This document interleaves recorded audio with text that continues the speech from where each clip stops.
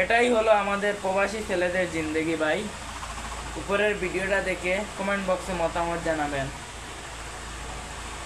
তাদেরকে সারপ্রাইজ দেওয়ার জন্য এই টিকিটটা কাটছিলাম।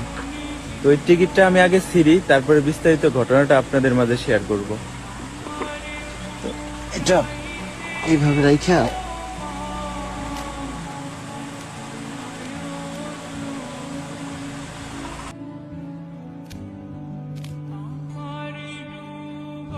এই টিকিটটা ছিলাম কিসের জন্য জানেন?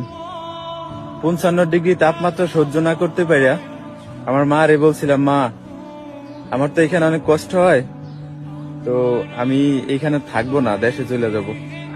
তো এই কথাটা যখন আমার মাকে আমি বলছি, তখন উনি আমারে বুঝাইলো যে অল্প কয়েকদিন হয়েছে গেছোস, এখনো তো দেনা মেনা শোধ হয় নাই, তো দেনা মেনা শোধ দে, তারপরে দেশে চলে আসি, সমস্যা নেই।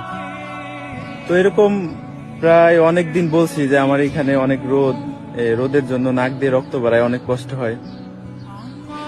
তো এটা বলার পরে তারা আমার সবসময় বুঝাইছে যে দেনা শোধ দিলে চলে আসিস, তখন দেশে এসে একটা কিছু করিস।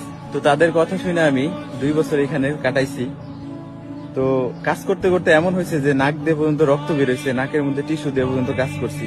তারপরও কাজ করে দেনা মেনা শোধ দিছি, ফ্যামিলি চালাইছি, অনেক কষ্ট করছি। তো আজকে যখন